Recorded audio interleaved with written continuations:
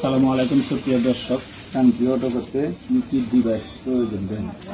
সর্বপ্রথম লাগবে আপনার এই একটা ক্লচ সুইচ অথবা অনেকে ফুটবল বলে দেয়, ঠিক আছে।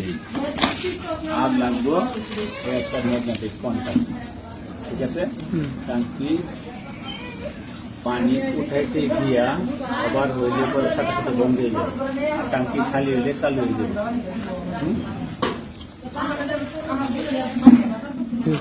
এই দুইটা তার, এই দুইটার একটা, হ্যাঁ, দুইটা তার মাথায় দুইটা তার জোড়া দেবো টাঙ্কির ভিতর থেকে। আর এই ক্লচ সুইচটা ভিতরে নামাই দিব, দেওয়ার পরে এই যে কন্ট্যাক্টের একটা ইনপুটেতে যাইব, আর একটা আউটপুটের তাইসা এই কয়েলে লাগিয়ে দেব। এই দেখুন ভাই, আমরা কন্ট্যাক্টটা ফিটিং করে নিলাম, ঠিক আছে। আমরা এই দিকটা প্যারাল করে দিয়েছি।